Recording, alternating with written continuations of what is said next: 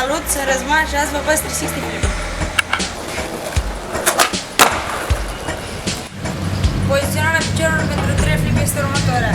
Eu unul țin piciorul din față pe la jumatea plăcii și piciorul din spate în așa fel încât să prindă un scop cât mai puternic, deci cât mai ieșit. Și toată faza e să tragi tare placa spre tine, în același timp mai flip. Singur de trebuie să înțelegi pe 3 flip de toate și să rizezi pe ea. Acum de bine poți să te rizezi și așa.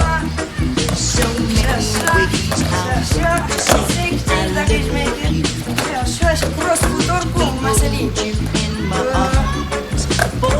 Ca să dai de flip, nu cred că e neapărat de ce să știi de 68 bit. Eu cred că trebuie să ne dăm la king flip.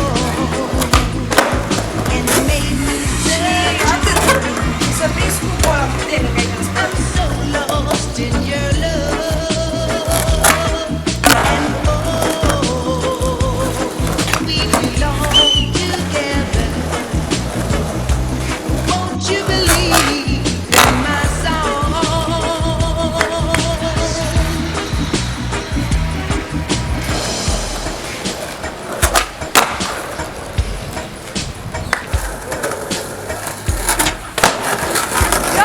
Acesta a fost tutorialul pentru astăzi, nu uitați să dați share, dacă v-a plăcut like și subscribe, eu vă urez baftă la skate și să învățați trepte.